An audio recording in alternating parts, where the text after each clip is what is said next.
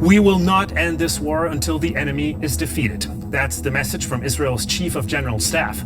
The Israeli military has begun calling up tens of thousands of reservists, up to 60,000 troops, for its ongoing offensive in the Gaza Strip.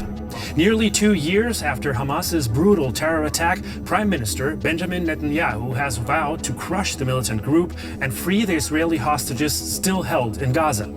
His latest push, the full takeover of Gaza City.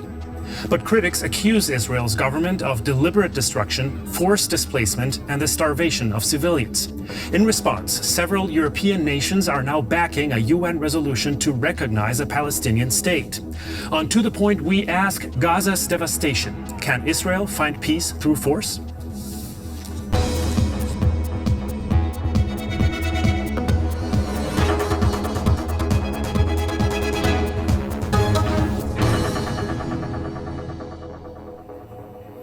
Welcome to this week's To The Point. I'm Javier Arguedas. It's good to have you with us. Let's meet today's guests. Shani Rozanes is my colleague from DW. She is DW's Middle East analyst. Daniel Bax is an Islamic studies expert and journalist for Germany's daily Taz here in Berlin. And Richard Schneider is a journalist for Switzerland's Neue Zürcher Zeitung and Germany's Der Spiegel, and former Tel Aviv bureau chief for Germany's public broadcaster ARD. He's joining us from Munich. All of you, welcome. Thank you for being here. Shani, I'd like to start with you. The IDF already controls about 77% of the Gaza Strip. It now plans to occupy Gaza City. What does that mean for the course of the war? Well, if you ask Israeli Prime Minister, this is going to be the final determining factor. He feels that, Gaza is the last bastion, the last stronghold of Hamas, and this would be finally the final blow to take them out of the picture. If you talk to the military, however, you hear a far more reserved estimation of how effective the next military operation can be. They understand that Hamas is not just a movement, a cruel, murderous movement, but also an idea that is rooted so deep, among Palestinian, of course, society. And, trying to fight until the very last operative of Hamas is gone is almost an impossible mission, mostly because Hamas is also recruiting constantly more and more. And the more the devastation in Gaza spreads, the easier it gets on Hamas to recruit even more people. Mm-hmm. Daniel, the IDF chief of staff has reportedly warned against this operation, and hundreds of reservists are actually refusing the call to serve. That's new, at least in this scale. Why is there so much reluctance amid the Israeli forces? Well, it's a catastrophe. It will be a catastrophe. And many governments in Europe are against this because they know it's the next step towards reoccupation of the Gaza Strip. And all the people who will live now in Gaza City, they will have to go to the south or outside of the country. That's what, this government obviously wants. Although the Israeli government, of course, challenges that. Richard, Netanyahu is touting this invasion as a necessary step towards what he sells as an imminent defeat of Hamas and the release of the hostages. But didn't we hear that same premise right before the Israeli military was about to enter Rafah, for example? Yeah, we heard it all the time. At the beginning, he said, then we need to take Khan Yunis, then it's the total victory. Then he said, we need to take Rafah, then it's going to be the total victory. Then he said, we need to occupy the Philadelphia route, etc., etc. So in other words, there is no such thing as a total victory, not a victory over a terrorist organization which is going to survive in one way or the other, that's for sure. And at the very end, this decision is only political and has nothing to do with military needs. And that we can see also by the very clear wording by the chief of staff, Eyal Zamir, who is saying time and again, there is a deal on the table. Hamas has agreed for a deal liberating 10 hostages, and we should take that, and we should not go into Gaza City. Because in the midst of all of this, one of the main concerns, of course, or the main one, the people. More than 63,000 Palestinians are now reported to have been killed in the war in Gaza, according to the health ministry, which is run by Hamas. And the death toll is still rising. Here's a closer look at where things stand right now. According to eyewitness reports, the Israeli army is intensifying its attacks in preparation for the planned takeover of Gaza City. Approximately 1 million residents are to be relocated to tents in the southern Gaza Strip. Israel's stated goal is to destroy the remaining terrorist strongholds of the militant Islamist group Hamas. Israel has promised extensive humanitarian aid to civilians, but aid organizations have repeatedly criticized the conditions in the refugee camps. According to the International Food Security Monitoring Agency, IPC, more than 500,000 people are starving in Gaza City and neighboring areas. The Israeli government rejects this claim, saying the data has been manipulated. Prime Minister Netanyahu referred to it as a Hamas starvation campaign. After killing a Hamas spokesman and recovering 2 deceased Israeli hostages, he reaffirms the war objectives. The Security Cabinet reached a decision to defeat Hamas, making every effort to release all of our hostages. The IDF has already begun to implement this decision. According to an Israeli TV report, Chief of Staff Zamir initially cautioned the Prime Minister against launching a ground offensive in Gaza City, stating that it would jeopardize the hostages. Zamir reportedly advocated a deal with Hamas. But does Netanyahu really want a deal? We just heard it, Shani. Hamas approved a hostage deal on August 18th. Netanyahu so far has rejected it. It includes a 60-day ceasefire. Despite all this pressure at home and abroad, why the reluctance to approve the deal? Well, I think what Netanyahu is trying to do is actually keep both balls in the air. He wants to threaten with the military operation, but he still wants to keep any possibility for a deal still alive. Ideally for Netanyahu, what he says now, he wants a full deal, not a temporary deal for just a short ceasefire, not a partial release of the hostages. We're talking now about 10, when the estimations are that there is 20 of them that are still alive, but he wants all of them out. But that would mean Netanyahu and Hamas would have to agree on terms to end this war, to end this fighting. And we've heard Hamas saying they're willing to discuss end to the war and complete release of all the hostages. But, you know, the sides are so far on what it means, you know, besides the exchange of prisoners and Palestinian detainees and return to hostages. All the rest of the details, that's where, you know, that's the crux of the matter. And this is where the two sides are very much apart. Hamas wants to maintain some sort of presence in the Gaza Strip for Israel. This is a no-go. And if, of course, Israel wants to see Hamas completely gone, it wants to see the whole strip demilitarized. It wants to keep, you know, security, a perimeter around the Gaza City and Gaza Strip, in order to allow, you know, for itself to secure its needs. And all of these things are no-go for Hamas. So the two sides are quite far from each other. This is why Netanyahu still wants to show that he wants to maybe encase the leverage of the deal is working to still squeeze something out of Hamas. But then at the same time, he is very much adamant to pursue on with the war, with, you know, the operation on Gaza if needed. And that all is particularly painful for the families of the hostages. Richard, the Israeli government says that the hostages are a top priority, yet the vast majority of released hostages were released on the terms of negotiations and not military intervention. How credible is the assertion that this military operation will release the hostages?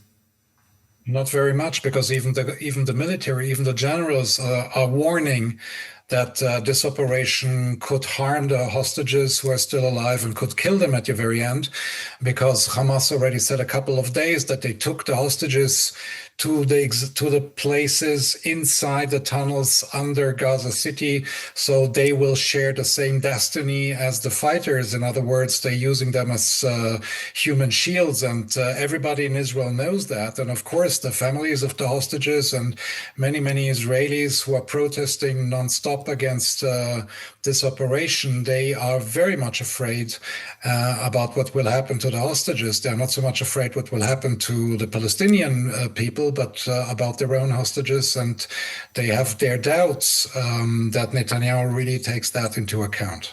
I also want to add, if I can, there's indications that at least 40 hostages that were kept in the Gaza Strip were killed because of military operation, an Israeli military operation, directly or indirectly in the Gaza Strip. So this is also, you know, when the families are objecting this war, saying it's not how we're going to bring them back, they have quite solid evidence to base their claims on.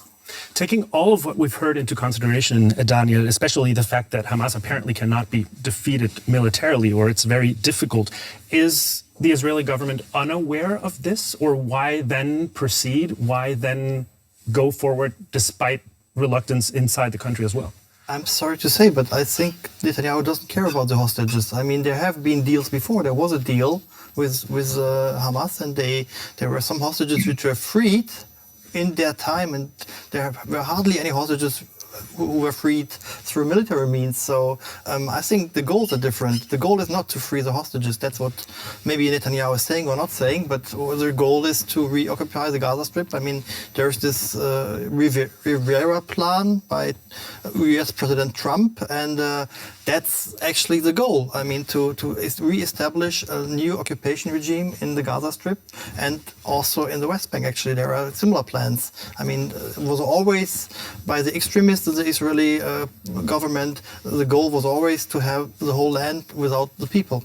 Well, I think we need to, I mean, I'm not in Netanyahu's head, I cannot vouch for that, but I think for Netanyahu, I cannot say he doesn't care for the hostages, but I think he tries to zoom out and look at a bigger perspective of where this is heading. And for him, as painful as it is, and you also listen to his closest aides, the way they see it, sacrificing in a way the lives of these remaining 20 in exchange for jeopardizing Israel's long-standing strategic, defense policy and standing in the region. And well, it's a sort of a dilemma that he is facing now, and he's trying to, the way he sells it, he tries to look at the bigger picture and what it means. And as painful as it is for these individuals and their families, we know their stories, what his closest circle is talking about is the need to talk about the long-term sustainable plan for Israeli defense. And if that might mean that the hostages will not be freed, or not all of them, then that might be the price that Israel might need to pay. We cannot look into Netanyahu's head, as you said, but of course there's also political implications to all of this, Richard. Some read the actions of the Israeli government as political. You also mentioned that there's an important political aspect here. What are those political implications for the situation right now for Benjamin Netanyahu? Well, first of all, he wants to stay in power, that's no doubt. And he's very much dependent of his two right extremist ministers, Itamar Ben-Gvir and Bezalel Smotrich, who already very early on in this war, they expressed very clearly what they want. They want to occupy Gaza in full. They want to expel all the Palestinians, as many as possible, and they want to reestablish Jewish settlements there. So they have a very clear goal, which has a lot to do with their messianic religious ideology, which is not necessarily the same ideology Benjamin Netanyahu has, but he is dependent on them, so he's moving on. And at the very end, I think also what Shani said, that the fact that the people around Netanyahu are saying, well, we have to look into the bigger picture, and maybe the price for that is to sacrifice the hostages. This is a change. If that's true, this would be a real change in the ethos of Israel, because one of the things that was from the very beginning of the foundation of the state very clear is that this state will do everything to save Jews, that they will never have to go through what they went through for more than 2,000 years. Now, the 7th of October happened on Israeli soil, not even on occupied soil, but on Israeli territory. That's number one. And number two, we saw in the past, if we just see the negotiations for the liberation of the Israeli soldier Gilad Shalit, where Benjamin Netanyahu in 2011 was willing to give free more than 1,100 Palestinian prisoners, including Yahya Sinwar, who is the mastermind of October 7th. So something is changing here, and that might also change, in general, the whole idea of what Israel wants to be and where it's heading to. The hostages may be sacrificed, and of course there's lots of Palestinian lives at stake here. Daniel, the humanitarian situation in the Gaza Strip is, as we know, deteriorating quickly. The International Association of Genocide Scholars says Israel's actions in Gaza fulfill the legal definition of genocide. Israel blames Hamas for the situation, for the dire conditions, and also talks to a campaign of lies by the Islamist group. How does this blame game affect the ability to actually protect the lives of Palestinians in the Gaza Strip? Well, I mean, Israel was successful in dismantling UNRWA, so now they have this private company in charge of distributing food. And I mean, we know that hundreds of people were killed just trying to get food in the Gaza Strip. So, I mean, it's a campaign of trying of ethnic cleansing, which is they try to do in the Gaza Strip, and to clean certain areas of the inhabitants there and to concentrate them in the south and maybe in the long run outside of the Gaza Strip. That's the idea, and that's what's happening. And I mean the reaction of the European governments is slow and too late, I think, because things are happening now. I mean, Gaza City is just on the verge of being the Israeli army is going in there, so and Europe is really not reacting in time to what is happening there. But Trump gave Netanyahu free hand, so nothing is going to stop him. We're going to talk about. But I want to talk shortly about. I mean, Israelis, of course, will be completely objecting the idea of ethnic cleansing. They claim this is nothing that they're close to trying to achieve. The numbers do indicate, unbelievable toll on civilians. I think what's important here, you were mentioning Trump, is that it seems to be a very big difference between what Netanyahu promises Trump and what he can deliver. He promises a very swift solution. Trump was talking about 2-3 weeks to find an end to the Gaza problem. And if you listen to the military assessment, we were talking about many long months before anything. Even a year for the Gaza City, yeah. Correct. So definitely, if you talk about Israelis, we know some ministers are talking publicly about the need to relocate, evacuate, chase out, clear out. There's many names they can mention about how, they want to treat the Palestinians or rather see the Palestinians out of Gaza.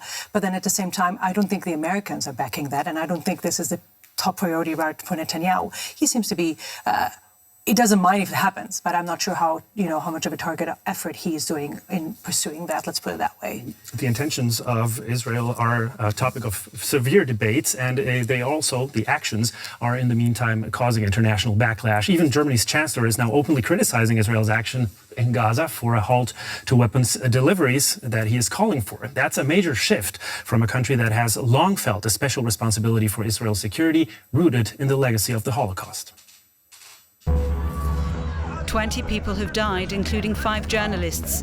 German Chancellor Merz has condemned the Israeli army's attack on Nasser Hospital in Khan Yunis as unacceptable. I feel reaffirmed in my assessment and decision that Germany won't supply Israel with weapons to be used in the Gaza Strip under these conditions.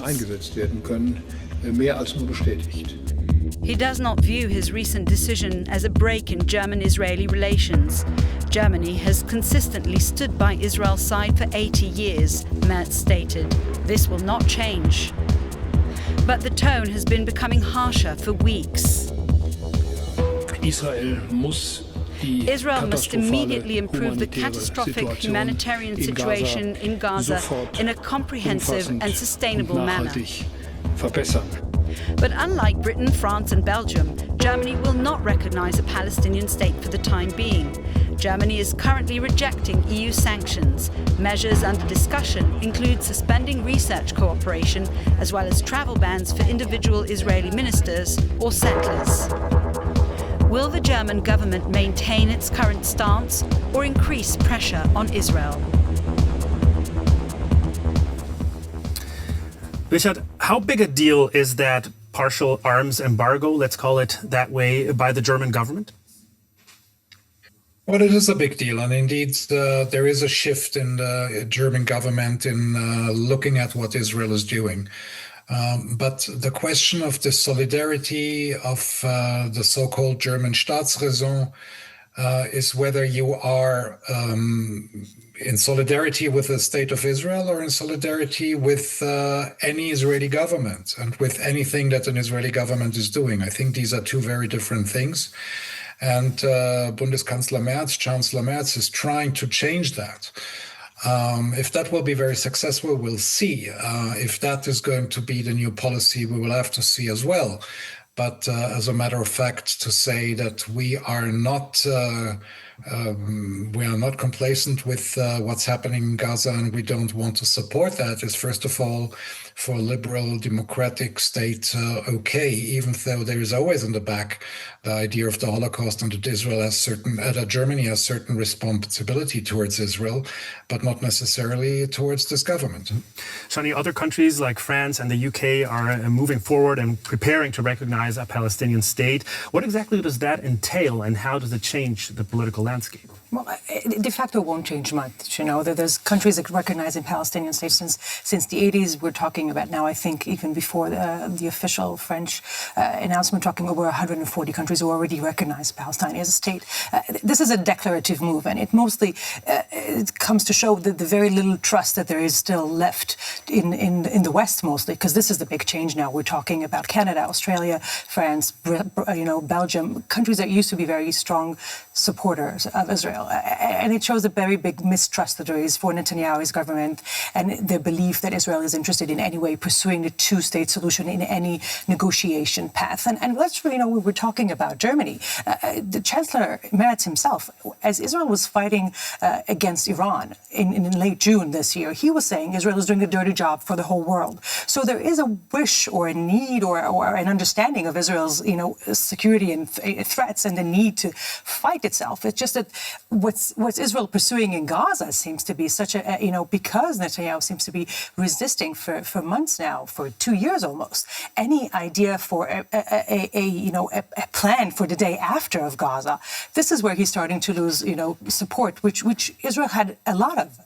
At the beginning, as it all started, and through these months, there are many people who want to root for Israel. Nobody wants to see, even in the Arab world, nobody wants to see Hamas standing at the end of this conflict. But the means which Israel is taking, and the fact that it's the lack of long-term planning and a vision for Gaza, this is where Israel loses the world.